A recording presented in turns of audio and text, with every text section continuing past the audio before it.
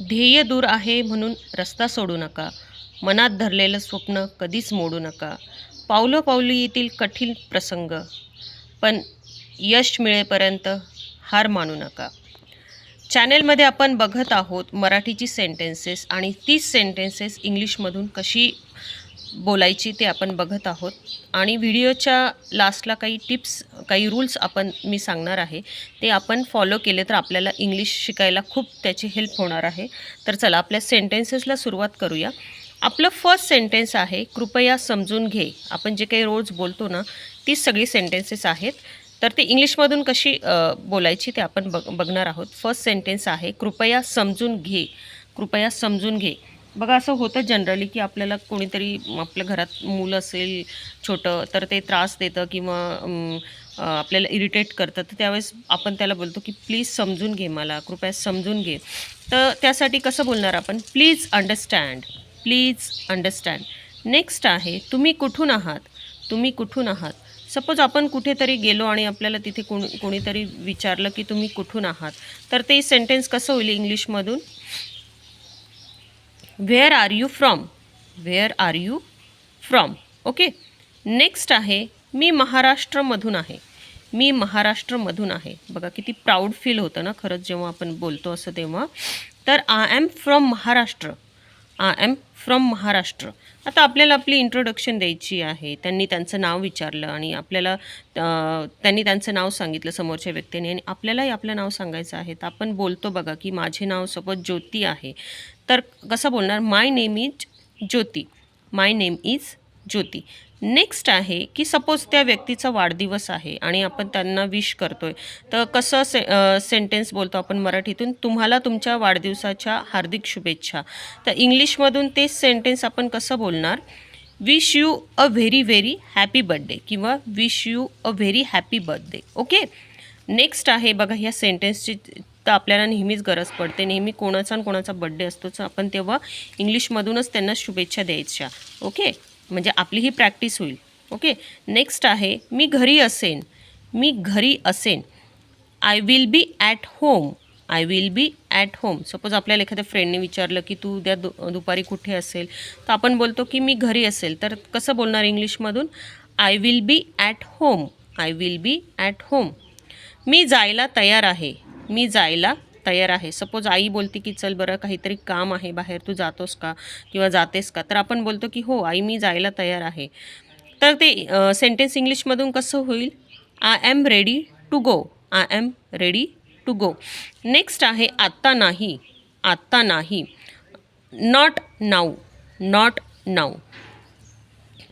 आई suppose बोलली की आत्ता नको जाऊ, आत्ता नाही जायचं, तर कसं होईल? Not now. आणि आपण असं बोललो की नाही मला आत्ताच जायचं आहे, मी आत्ताच जातो आहे, तर ते इंग्लिशमधून कसं सेंटेन्स होईल? मी आत्ताच जातो आहेसाठी I am leaving now. I am leaving now. Next आहे, लवकर या. लवकर या. शेवटी आई कंटाळून बोलली की ठीक आहे तुला जायचं तर जा, पण लवकर या तुम्ही या. तर कसं होईल? कम सून. कम सून. ओके. नेक्स्ट आहे, हे तुझे आहे का? हे तुझे आहे का? Is it yours? Is it yours? Okay. Next आहे, मला आंघोळ करू दे. मला आंघोळ करू दे. सकाळी सकाळी असं होतं बघा, आपल्या सपोज फॅमिलीतल्या मेंबरला कोणाला ऑफिसला जायचं आहे, कोणाला स्कूल कॉलेजेसला जायचं, तर गडबड होऊन जाते. तर आपण असं बोलतो की मला आंघोळ करू दे. आधी मला आंघोळ करू दे. तर कसं होईल ते sentence? Let me take a bath. Let me take a bath. Okay. Next आहे, तुला कोणी सांगितले? तुला कोणी सांगितले आंघोळीला जायला? असं सपोज जर बोलले आपले मोठे आपल्यापेक्षा, तर कसं होईल ना? तुला कोणी सांगितले. कसं होईल इंग्लिशमधून sentence? Who told you?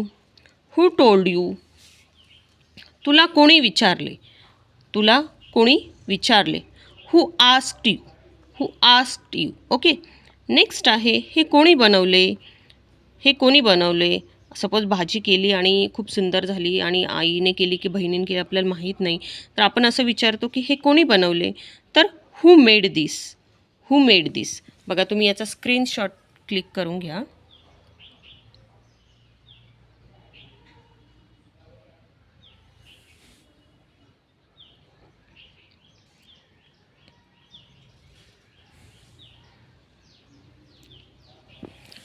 Okay. आता बघा याच्या व्यतिरिक्त काही आपण आपलं जे काही आपण बघा आपली नेहमी असं म्हणणं असतं की माझ्या सभोवताली इंग्लिशचं वातावरण नाही, तसं एन्व्हायरमेंट नाही, घरात कोणी इंग्लिश बोलत नाही. तर मी सांगेल की आपणच क्रिएट करायचं असतं. सगळ्यात पहिलं तर आपण डिसाईड करा की हां, मला खरंच इंग्लिश शिकायचं आहे का? हे हे स्वतःला प्रश्न विचारा आणि जर शिकायचं असेल ना, तर त्या ध्येयासाठी आपण नेहमी प्रयत्न केले पाहिजे. रात्र आणि दिवस आपल्या मनात तोच विचार असला पाहिजे आपल्या ध्येयाचा, की मला इंग्लिश शिकायचं आहे. त्यासाठी तर सगळ्यात पहिलं एक नोटबुक करा इंग्लिश शिकण्यासाठी आणि आजपर्यंतची मी जी काही व्हिडिओज अपलोड केलेली आहे, ती सगळी व्हिडिओजची सेंटेन्सेस जी आहे, ती त्यामध्ये लिहून काढा. लिहिताना ती लाऊडली रीड करूनच लिहायची आहे. त्यानंतर सगळी sentences, each and every sentence daily तुम्ही 4 to 5 टाईम्स लाऊडली रीड करायची आहेत. त्यानंतर जेव्हा आपण बोलू ना, आपण फ्रेंड सर्कलमध्ये बोलू, घरात बोलू, बाहेर बोलू, सगळ्यात बेस्ट तर घरात छोटी मुलं असतात ना किंवा आपण मिररसमोर उभं राहायचं आणि स्वतःशीच इंग्लिश बोलायचं. त्या सर्कलमध्ये, फ्रेंड सर्कलमध्ये, छोट्या मुलांच्यामध्ये इंग्लिश बोलायचं. कसंही येऊ द्या, चुकीचं येऊ द्या, बरोबर येऊ द्या, कसंही येऊ द्या, पण ॲटलिस्ट ट्राय करा. ती एक हॅबिट लागून जाते आणि आपोआप आपल्याला शब्द सुचत जातात आणि आपोआप आपण इंग्लिश बोलायला लागतो. नेक्स्ट आहे तुम्ही इंग्लिश न्यूज ऐका. खूप खूप त्याने बेनिफिट होतो. इंग्लिश न्यूजपेपर रीड करा. छोटी छोटी लँग्वेजेसमधली बुक्स असतात ना, इझी लँग्वेजेसमधली छोट्या मुलांची म्हणजे त्यांच्या अभ्यासक्रमाची जी काही बुक्स असतात ना, ती रीड करा. त्यानंतर आपण जे काही मूव्हीज बघतो, सिरियल्स बघतो, ते इंग्लिश सबटायटल असलेले बघा.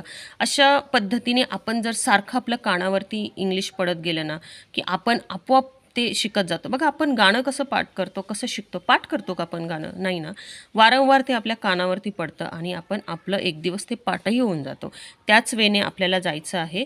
बघा अतिशय मेहनत असते हे व्हिडिओज बनवण्यामागे आणि अतिशय सिंपल वेने तुमच्यापर्यंत हे व्हिडिओ मी पोहोचवत आहे. डायरेक्ट शूट करून तुम्हाला ॲज इट इज पाठवत आहे. कुठलेही मी याच्यामध्ये इमेजेसचे इफेक्ट्स वगैरे दिलेले नाही आहे. कारण माझा एकच हेतू आहे की ॲज इट इज जे काही आहे ते तुमच्यापर्यंत पोहोचावं सिंपल वेने. त्यामुळे मी अशा पद्धतीने व्हिडिओ बनवलेले आहेत.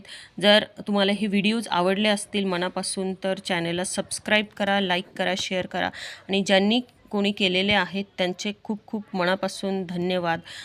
भेटूयात पुढच्या व्हिडिओमध्ये. तोपर्यंत आनंदी राहा, हसत राहा आणि इंग्लिश बोलत राहा. बाय.